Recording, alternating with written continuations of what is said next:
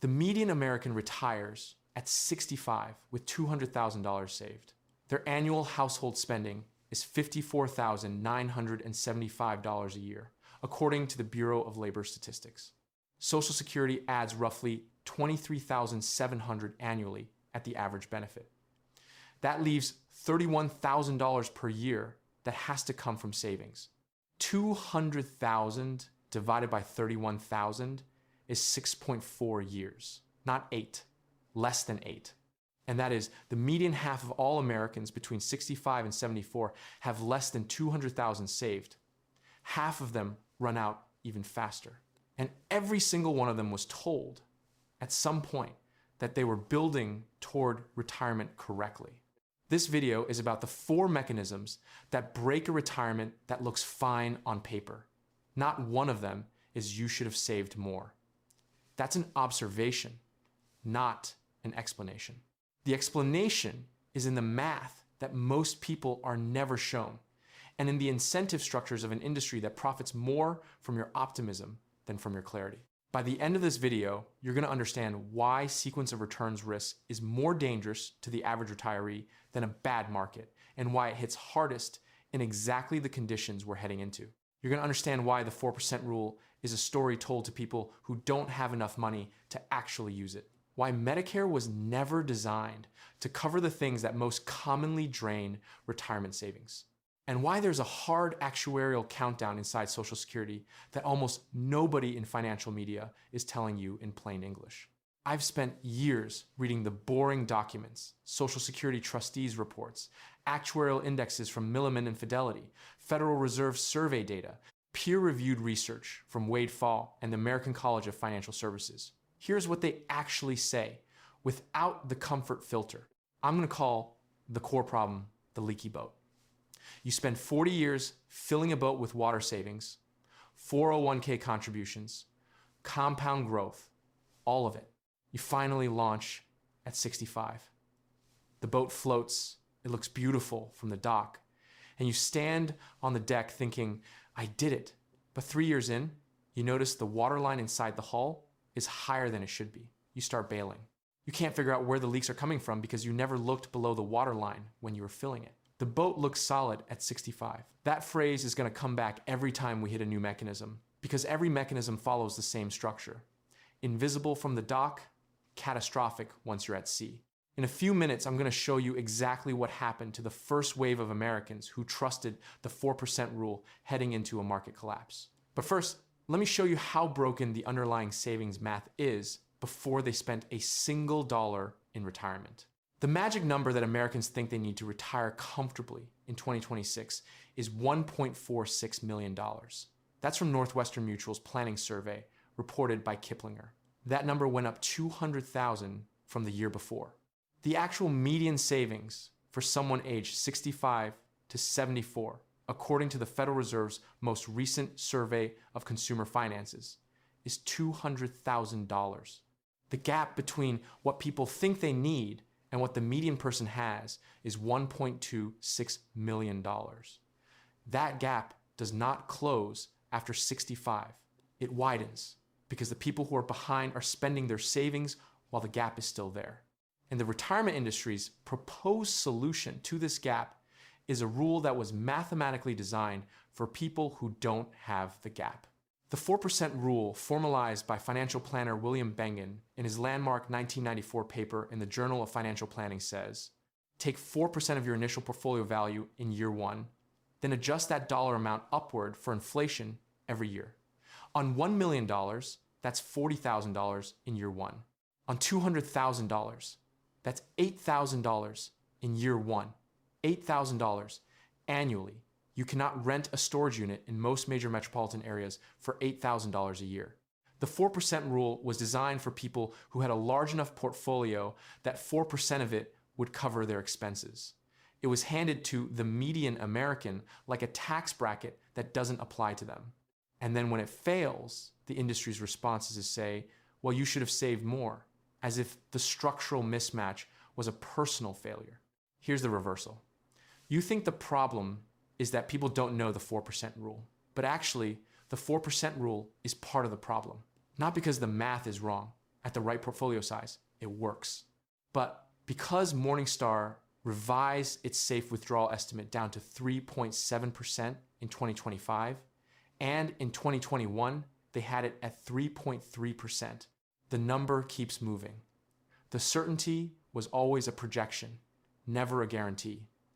And that projection assumes something that almost nobody building a retirement plan thinks carefully about. It assumes the order of returns doesn't matter. It does, catastrophically.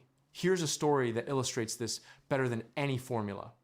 Think of two retirees. Let's call them Frank and his neighbor Ray. They both retire on the same day in January of 2007 with identical $1 million portfolios and identical investment strategies. 60% equities, 40% bonds, both withdrawing $40,000 per year. By 2022, Frank has run out of money.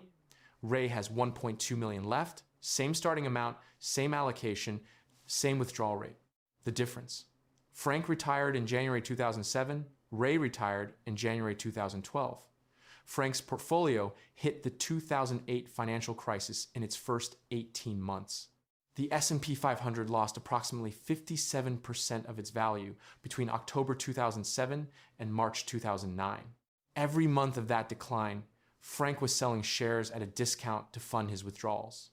When the market recovered, he had far fewer shares to participate in the recovery. The losses were crystallized. They compounded backward. Ray started 5 years later. His first decade of retirement saw broad equity gains. The same market crash was decades away from where his portfolio was most vulnerable. When volatility hit, he had enough cushion to absorb it without destroying the base. This is sequence of returns risk. The concept was formalized in Bengen's 1994 research, and Wade Fall, professor at the American College of Financial Services, extended the work substantially. Approximately 77% of a portfolio's final retirement outcome can be explained by the average return of just the first 10 years of retirement. Not the 30-year average, the first 10. Morningstar confirmed this from the opposite direction. Negative returns during the first 5 years of retirement account for roughly 70% of all retirement plan failures. This is not theoretical. This is what the historical data shows across multiple market cycles. The first 5 years are the trapdoor. If you fall through it, no amount of long-term average returns fixes the damage. And here is the problem with the current moment. We are sitting in 2026 with equity valuations that are historically elevated. The cyclically adjusted price-to-earnings ratio, the CAPE ratio, was sitting around 31 in early 2025, according to analysis from financial planning researchers. When the CAPE ratio is above 25, historical safe withdrawal rate analysis suggests that a retiree starting withdrawals today has substantially elevated sequence of returns risk in their first 5 years. The market doesn't have to crash. It just has to underperform average returns at the exact moment you're making maximum withdrawals. That's enough. The conventional advice doesn't account for this. It gives you the average. It does not tell you that the average is composed of some years that look like 1995 and some years that look like 2008, and that the year you happen to retire into changes everything. By the way, hit subscribe if you like the content. Otherwise, YouTube's algorithm may never show you my videos again. Now, between escalation 2 and what comes next, I want to take 60 seconds on something. Knowing these numbers and building a system around them are two very different things. I had this data 5 years ago. I had read the research, I understood sequence risk in the abstract, and none of that changed anything until I built an actual framework around it, one that translated the research into decisions I could make at specific moments. I wrote a digital book called The Exit Code.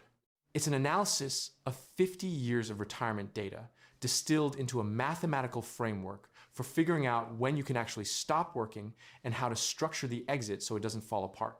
8 chapters of research, no padding. 2 things I want to flag that are directly relevant to everything we've covered today. The first is what I call the dynamic withdrawal method, a system that replaces the fixed 4% rule with an approach that adjusts annual withdrawals based on what the portfolio has actually done. This dramatically reduces sequence of returns exposure. The second is what I call the invisible bill, the gap between when many people want to retire and when Medicare eligibility kicks in at 65. Private insurance in your early 60s on the ACA marketplace can run $1,500 to $3,000 a month in premiums alone. That is $18,000 to $36,000 per year before you've had a single doctor's visit. Virtually no retirement calculator I've seen from mainstream financial planners includes this number anywhere close to its actual cost. I went through the math of what that gap costs in the book. You can get the exit code for less than 1 hour with a mediocre financial advisor through the link in the description. Every year, you delay running the actual numbers compounds against you. That's not a sales pitch. That's just the arithmetic of compounding in reverse. Back to the leaky boat. The third mechanism that eats retirement savings is the one that feels the most survivable right up until it isn't: healthcare. And specifically, the gap between what Medicare covers and what retirement actually costs in medical terms.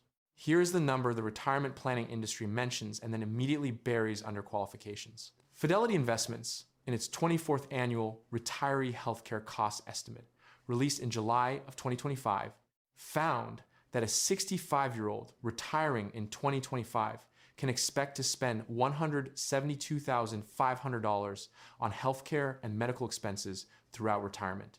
That is a 4.5% increase over the year before. And Fidelity's number has been rising since they first published it in 2002, when it was $80,000. Medical care prices increased 121.3% from 2000 to June 2024. According to Peterson KFF data, analyzing Consumer Price Index, figures compared to 86.1% for all goods and services. Healthcare inflates faster than everything else you buy. But here's the caveat: nobody reads. Fidelity's estimate does not include long-term care expenses. It does not include most dental care. It does not include vision. It does not include over-the-counter medications. It is strictly Medicare Part A, Part B, and Part D, premiums, co-payments, and related out-of-pocket costs. The number that is already shocking is the floor, not the ceiling. The Milliman Retiree Health Cost Index runs a different methodology. Their 2025 numbers show a healthy 65-year-old woman facing $313,000 in total lifetime healthcare costs. A healthy 65-year-old man, $281,000. These figures assume average health status throughout retirement, not a bad health scenario. The base case: now let's add long-term care.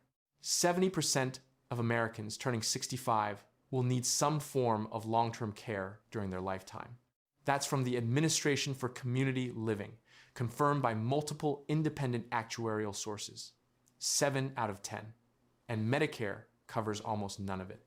Medicare covers short-term skilled nursing following hospitalization up to 100 days, with copays after the 20th day.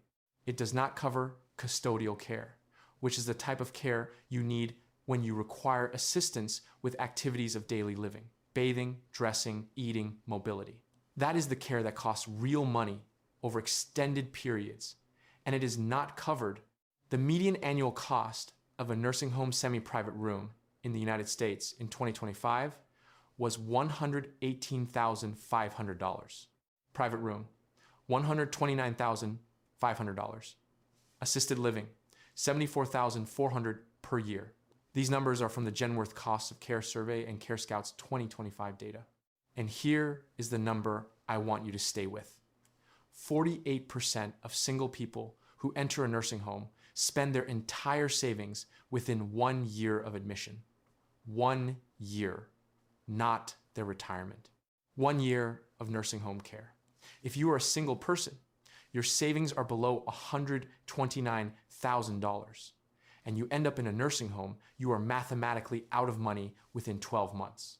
Medicaid then takes over, but only after you have spent down to essentially nothing, and the eligibility and approval process can take months while the bills keep accumulating. The median retirement savings for 65 to 74-year-olds is $200,000. The annual cost of a private nursing home room is $129,500. The math is 2 years. If you need that level of care, your savings last 2 years. This is the third hole below the waterline. The boat looks solid at 65. Then at 76, a fall, a surgery. 6 weeks of rehab in a skilled nursing facility, followed by a transition to assisted living because living alone is no longer safe. $74,400 per year after Medicare's coverage runs out. In 3 years, the portfolio is gone. This is not a bad luck scenario. This is a statistically probable scenario for 7 out of 10 Americans. The two comedic cutaways I'll give you are these. 1, somewhere right now, a financial advisor is explaining to a 63-year-old that their portfolio is well positioned for retirement based on a model that has no line item for nursing home costs. The model is not wrong. It just has the structural integrity of a boat diagram that doesn't include the hull. 2, the Medicare brochure is 67 pages long and uses the phrase may be covered 19 times. Good luck. Stay with me. Because the fourth mechanism is the one that affects everyone, regardless of how much they've saved or how healthy they are. And it's the one that almost everyone is going to face, whether they plan for it or not. Social Security. The average monthly retirement benefit in 2025 is $1,976 per the Social Security Administration. For roughly half of retirees, Social Security represents between 40 and 50% of total income. For the lowest income retirees, the ones who save the least, it is 80% or more. It is not a supplement, it is the floor, and the floor is cracking. The Social Security trustees released their annual report in June of 2025. The findings: the Old Age and Survivors Insurance Trust Fund, the one that pays retirement benefits, will be depleted in 2033. That is 7 years from right now. When the trust fund is depleted, the program does not disappear. It keeps paying from ongoing payroll tax revenues. But under current law, those revenues would only cover 77% of scheduled benefits, an automatic 23% across the board cut. For every current and future beneficiary simultaneously, the Congressional Budget Office, in its February 2026 update, moved that projected date up to 2032 and raised the cut estimate to 28%. The Committee for a Responsible Federal Budget ran the specific numbers. A typical couple retiring in the year of insolvency would face a $16,500 reduction in annual Social Security benefits. That's not a small adjustment. For a couple living on Social Security plus modest investment income, a $16,500 reduction per year means the difference between staying in their home and not staying in their home. Now, I need to be honest here, because this is the part where it's easy to veer into scare territory, and I genuinely don't want to do that. Congress has fixed the Social Security financing crisis before. In 1983, the program faced a similar depletion timeline, and legislative action resolved it. The mechanisms exist. The fixes are not mysteries. They involve some combination of increased payroll taxes and reduced benefit growth. But the 1983 fix happened with enough lead time to phase in the changes gradually over years. The window for phased-in changes gets shorter every year Congress waits. And the longer it waits, the more abrupt any eventual fix will be, and the more it will hit people who built their entire retirement income projection on benefits that will look different by the time they arrive. The people most exposed are not 65 today. They are 50 to 57 today. They will reach full retirement age right inside the projected depletion window. They have 20 or 30 years of paycheck stubs proving they contributed to a system, and they have an SSA.gov statement telling them what their benefit will be, a statement that was calculated assuming the trust fund is never depleted. This is the final hole below the waterline. The boat looked solid at 65. Then the dock you were counting on to tie up at on the other side of the ocean moves. Frank, the composite school administrator from Ohio I mentioned earlier, the one who retired in January 2007, got hit by the 2008 crash in his first 18 months and sold shares at the bottom to cover his expenses. I want to check back in with him here at the end because his story has a fourth chapter nobody talks about. Frank recovered partially from the sequence of returns damage. He reduced his spending. He got part-time consulting work. He made it work. What he did not plan for was that at 72, his wife needed hip replacement surgery, followed by 6 weeks of rehab, followed by a home health aide for 4 months. Frank's portfolio, already under stress, absorbed $60,000 in 18 months in out-of-pocket medical and care costs that his Medicare supplement plan did not fully cover. He thought about what his Social Security statement had shown him. He had claimed at 65, not 70, because he needed the income after the portfolio losses in 2008. That decision, completely rational at the time, cost him between $800 and $1,200 per month for the rest of his life in unrealized benefit increases. The cumulative cost of that timing decision over a 20-year retirement is in the range of $192,000 to $288,000 in foregone income. Frank made that decision in a crisis, in real time, under financial pressure, exactly the conditions under which humans make their worst long-term decisions. Most retirement failures are not math failures. They are sequences of individually rational decisions made under pressure, each one narrowing the next set of options until the portfolio and the income floor are both under enough stress that the system breaks. The math was never the problem. The sequencing was the problem. The invisible holes were the problem. Now, 3 practical things, and I mean specific, calibrated to this topic, actionable things, not generic save more advice. 1, if you are within 10 years of retirement, delay Social Security to the maximum you can sustain. Not because it's always the right answer. It depends on health, on longevity, on your specific situation, but because the 8% per year credit for delaying past full retirement age up to age 70 is the highest return, lowest risk adjustment available to most Americans. A bridge strategy using savings or a temporary income source to fund the years between early retirement and age 70 is a specific plan that can be modeled. It is not complicated. It is just not widely promoted because the financial services industry gets paid the same whether you claim at 62 or 70, and financial planners rarely specialize in the bridging structure. 2, build a sequence of returns buffer before you retire, not after. The specific design, 18 to 24 months of total living expenses in liquid cash or short-term bonds held completely outside your investment portfolio, not as part of an allocation separate. This money exists exclusively so that if the market drops 30 or 40% in your first 3 years of retirement, you do not sell a single equity share. You live on the buffer while your portfolio stays invested and participates in the recovery. Research from Charles Schwab's Financial Research Center supports a similar framework. This one structural adjustment changes the survival math more than almost any allocation tweak.